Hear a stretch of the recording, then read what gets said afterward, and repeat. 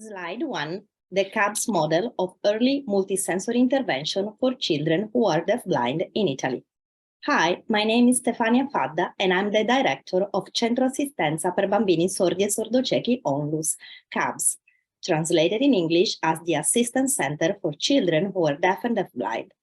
Our organization is located in Rome, Italy, and we also serve children from all over Italy. I'm Italian, woman, have medium-length black hair, light skin, brown eyes, and I have a blue jacket with a black shirt on. The team at CABSS, Laura Harry Persad, Giusy Caravello, and Marta Cidronelli, together with myself, are responsible for the creation and activation of the CABSS model.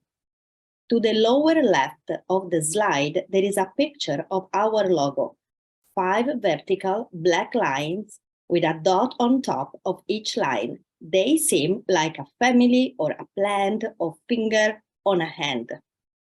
To the lower right of the slide, there is a picture of the name sign of our organization. Right hand letter C sits on palm of left hand. Today, I will be speaking about our organization CABSS and how it has supported children who are deafblind over the last 12 years. But before, I would like to give a brief overview of deafblindness in Italy.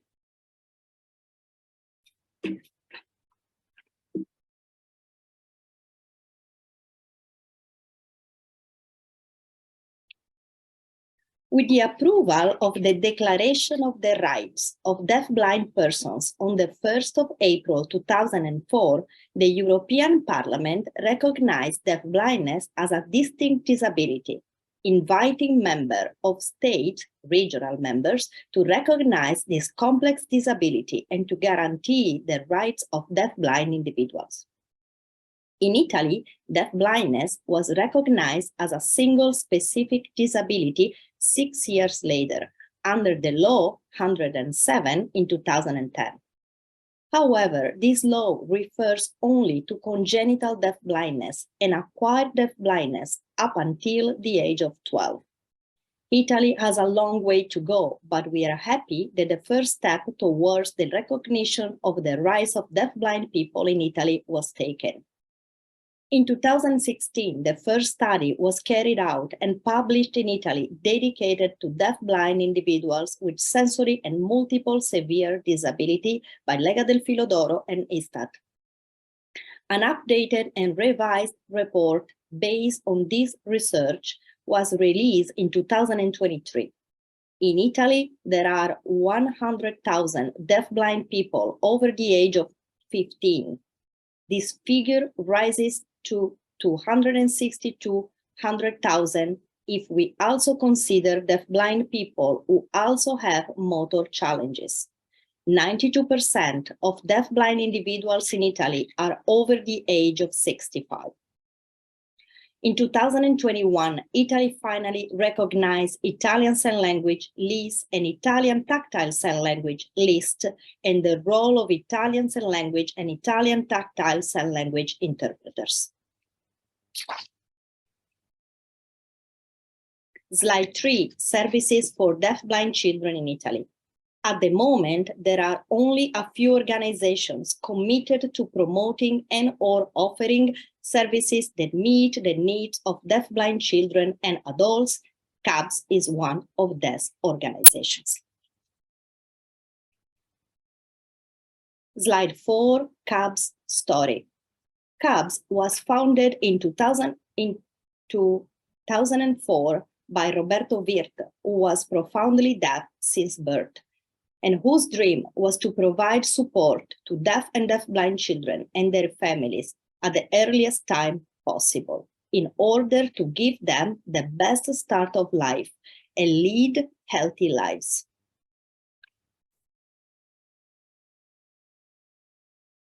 Slide 5, CABSS mission.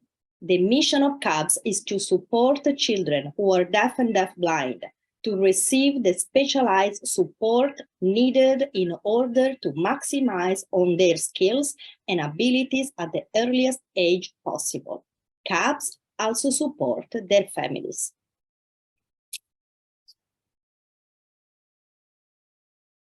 Slide 5, CABSS projects. CABSS carries out projects that promote inclusion at schools for the deaf, hearing, and deafblind children, create bilingual storybook apps, organizes seminars and conferences in the area of deafness and deafblindness, and have created the very first individualized multisensory early intervention programs for children who are deaf and deafblind. In this presentation, I will be focusing on deafblind children and on the individualized multisensory early intervention programs designed for them. We still can't believe that some of the students that started our program in 2010 will be turning 13 this year.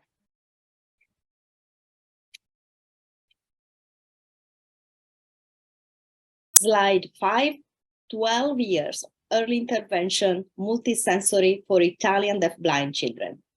The multisensory early intervention program at CABSS were first developed and implemented in 2010. These programs were created to offer something concrete to children who are deafblind. The team at CABSS is composed of professionals trained in Canada, in the US, and Italy in deafness and deafblindness. After a lot of discussion and brainstorming, we decided that we wanted to offer individualized early intervention programs in a multisensory laboratory. The laboratory and program was then designed and set up by the team of professionals at CABSS and was inaugurated in October 2010. Slide 8, method. The method at CABSS for deafblind children 0 to 6 years of age is a combination of the principle of Canadian intervention, multisensory therapy, cognitive behavioral therapy, and sensory motor therapy. An important factor in the success of the program relies on the active involvement of parents. Even though our programs in the lab focus on children 0 to 6 years of age, CABSS continues to support all children at home and school, even after the age of 6.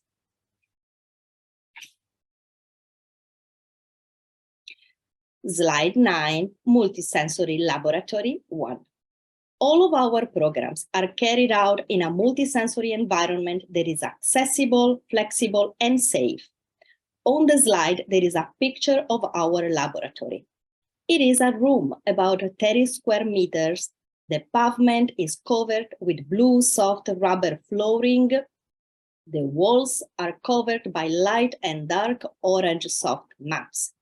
On the floor, on the left side of the laboratory, there are 4 tactile colored circle-shaped tiles.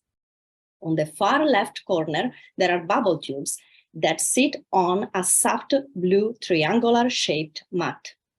To the right of the bubble tubes attached to the wall, there are 2 tactile panels. Next to the panels, there is a large window with an orange curtain.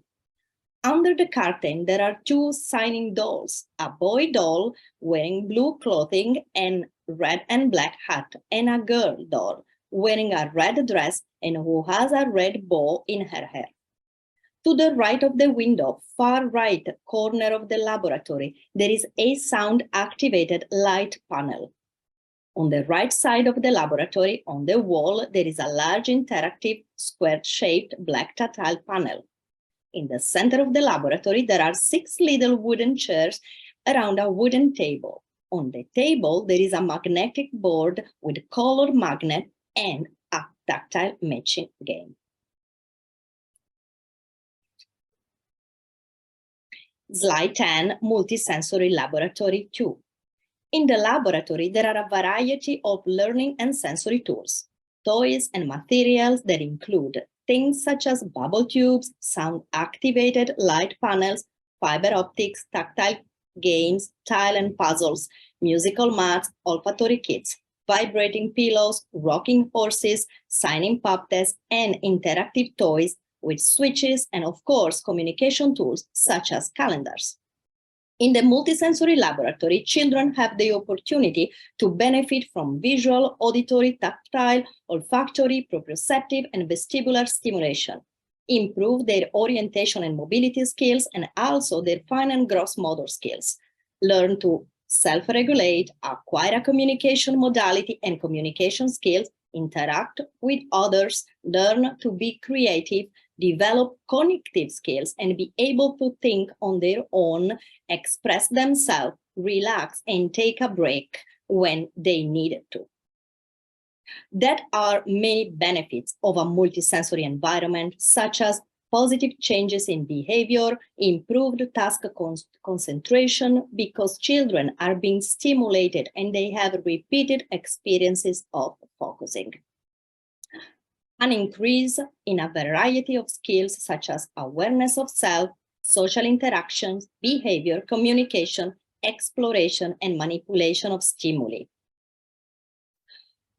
Reduction of stereotypic self-stimulating behaviors that are self-harming, an increase of adaptive behaviors such as taking the initiative of interacting with the intervener, energizing the child, transitioning them into an active awake state, which is the best state for learning. Children are able in the lab to exert control over their environment. This may be through direct interaction with the equipment, have choices of what they would like to do, and the environment can be adapted to their needs, making activities accessible. We know and we have seen that when children are engaged in enjoyable, intense, stimulating experiences, they leave an imprint in the child's brain, something that we work very hard in improving to the children.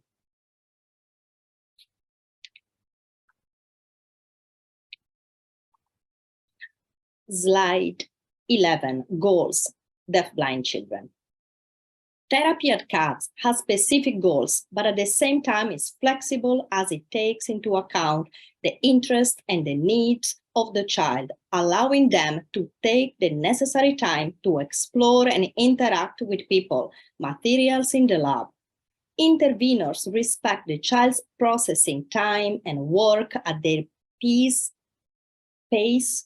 to ensure that the child is at its ease and give them time to respond to experiences and communication. The goals listed on this slide also respect the children's right to make choices, control the environment, and communicate in their preferred communication modality. Each child has their own individualized early intervention program that is designed taking into account their specialized need. We concentrate on the child's strength and use materials that motivate the child. In general, the goal that we set out for children include that they learn to use their residual senses, vision, hearing, touch, to access information, learn to integrate their senses to process and understand information, learn to interact with others and the environment, develop their first concept and skills, create positive relationship, acquire a communication method best suited to their communication needs. We believe that it's very important to help children to open up and interact with others and their environment. This is fundamental not only for their social development, but also to promote learning through different experiences from others and their environment. For example, we work with a child that was closed off from the world. His mother told us no one ever held is in their arms except for us. What we do is very delicate, and it is often the child's first experience interacting and trusting others in a new environment at CABSS. We take baby steps and grow with children and their families.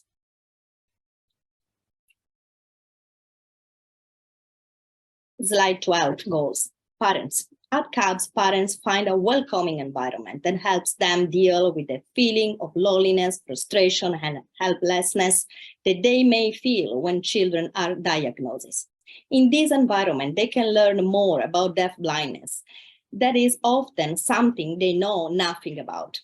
Furthermore, we have seen that parents actively involved in our programs develop new skills and change the way they interact with their child, improving how they communicate with them, their interpretation of their needs, and how they respond to those needs. improve their emotional well-being, understanding of their child difficulties, and ability to help. They are more able to deal with their emotion. The deafness or deafblindness arouses in them. The relationship between the child and the intervener during the implementation of the early intervention program often acts as a model for caregivers. Parents observe how their child interacts both with materials and with people, how they communicate and how they use their residual vision, hearing, and or touch, how they use learning methods and technique. And they improve their attention span, behavioral issues, overall health and development.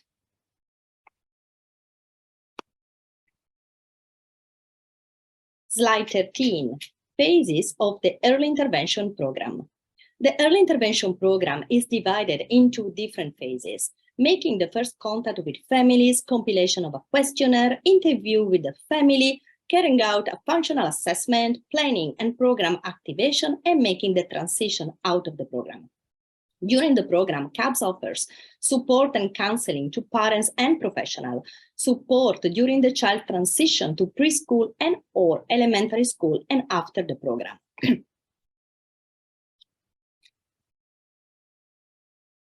Slide 14, first contact. Families contact us usually in one of the following ways: after researching independently on the internet, being referred to us by a hospital, being referred to us by a therapeutic or rehabilitation center, or after speaking with another family who has a child attending or who has attended CABSS.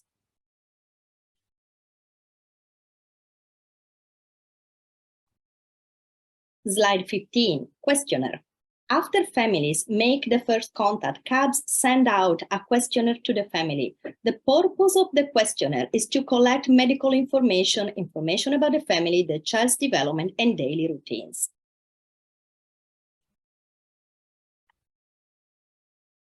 Slide 16, functional assessment. The assessment lasts for 3 months and allows us to identify the needs and the strength of the child, identify the child's learning channels, understand all the concern the family has about the child. The assessment process includes different phases. We start with 2 sessions of free play to get an idea of how the child utilizes their senses in a functional way. And then we carry out the Van Dyke assessment, CABSS assessment, and communication metric through exploration and play in the laboratory with parents. After the assessment is completed, we discuss our observation with parents, and then we design an individualized early intervention program. All activities in the lab are video documented. Daily and final reports are completed, and periodical meetings are held with parents in order to discuss their child's programs and area that needs to continued work.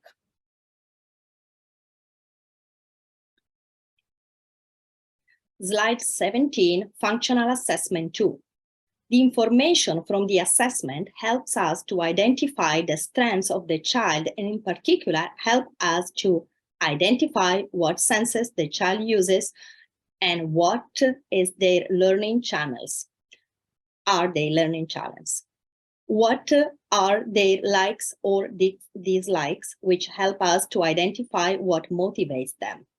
How the child communicates, interacts with others and the environment, such as how they interact with parents or intervener. We also are able to see how children utilize their body when participating in fine and gross motor or proprioceptive or vestibular-based activities.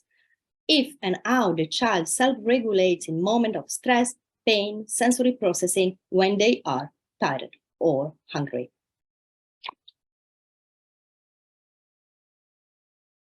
Slide 18, program planning. The planning of individualized early intervention programs is based on the results of the functional assessment. The planning includes for each development area, general goals and specific objects in the following areas, which are often integrated with each other: stimulation and use of senses, hearing, sight, touch, and smell, fine motor development, gross motor development, awareness of self, of others, and of the environment, cognition, such as cause-effect, solving problems, formation of concept, social relational, communication, emotion. Particular attention is paid to communicative and linguistic development. Parents are actively involved in their child's program, and we document our observation about parent-child interactions. From those observations, we try to understand, encourage, and support parents. Each program is designed for a 6-month period and is modified as the child grows, learns, and develops. Slide 19, program activation.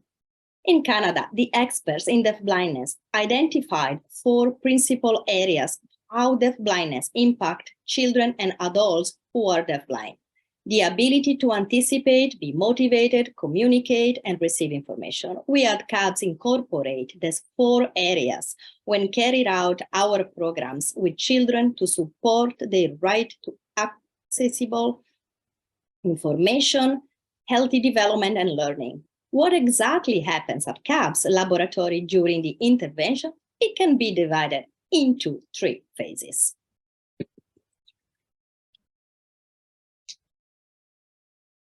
In the first phase of our intervention, we work on one sense or area at a time where parents are in the lab with us. In the second phase, we move to sensory integration of 2 or more senses and areas, and then evaluate sensory overload, comprehension, attention, behavior, where parents observe the intervener working one-on-one from one directional mirror. Then we make the move into the third phase, where we invite parents back into the lab to work alongside the intervener, where the intervener guides them and explains various strategies, encourages the use of the child's communication modality and use of various educational materials that are beneficial to the child. This phase empowers the parents to advocate for their child.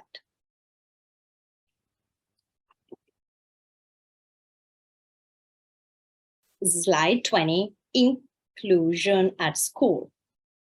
Deafblind children have the right to have full access to school education. An important component of the work at CABSS carries out is ensuring the rights of deafblind children to have full access to school education, and for this reason, CABSS collaborates with school and educators of children 3 to 6 years of age. We support children, parents, and school personnel when the child is transitioning into kindergarten and primary school. We know that the needs of deafblind children are very complex, and at school, they require adequate and individualized programs.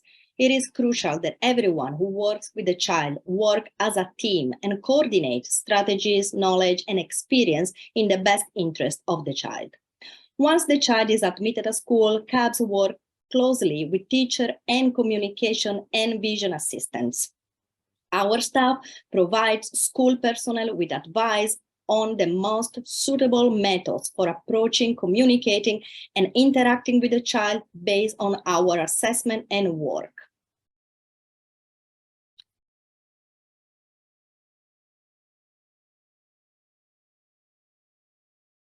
Slide 21, end of program. We write a detailed report that is given to parents that outline the results achieved by the child at CABSS and strategies they can utilize with them at home. We provide guidelines to professionals who work with the child, doctors, therapists, teachers, home assistants, observation of the child, information about deafblindness as it relates to the child, and strategies to be used in the future.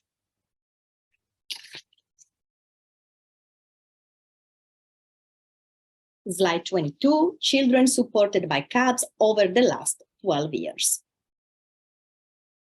31 children received support from CABSS by attending early intervention session in the multisensory laboratory up to the age of 6. The average age of the children was 3.8. The etiology was Charge syndrome in the 50% of the cases, prematurity 20%, and others 20%. Diagnosis at birth was 43% of the cases, between 2.5 and 17 months in 57% of our children. Other disability were motor and cognitive disability in 30%. Slide 23, results, children 1. Upon arrival at CABSS, the majority of children have shown resistant to exploration, hands were closed or to various materials, difficulty integrating their senses to access information, difficulty in self-regulating, stereotypical behaviors, injurious, self-harming, little interaction with others, little display of emotion and affection, short attention span, little expressive language, pre-intentional or intentional stage. Results, children 2, we are very proud of all of them. And we saw that after 1 year, most children became open to tactile exploration, were able to integrate their senses to access information. Some either developed positive behavior to self-regulate and reduce self-harming behavior and anxious behavior. All children were open to intervenor, and they proved their ability to show affection to parents and intervene. Children who were not experiencing pain, sensory overload, going through major life changes, showed an increased level of attention and focus on others and activities and welcome interaction. Results varied in communication, with some children moving from pre-intentional to symbolic stage of communication, and others making huge leaps from pre-intentional stage to formal language.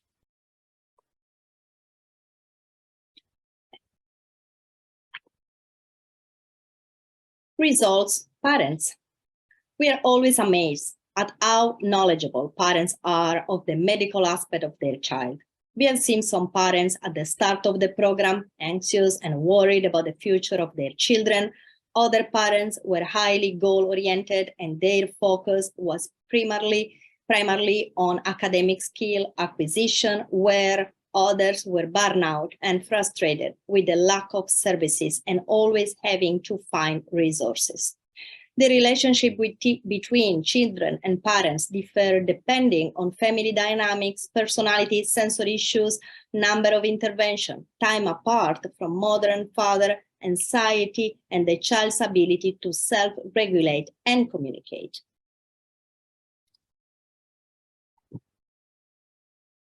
However, slide 26, results, parents. However, during the time parents spent with us at CABSS, some were able to refocus, heal from the initial impact of the diagnosis, learn various communication modalities and or intervention strategy, and solidify the parent-child bond.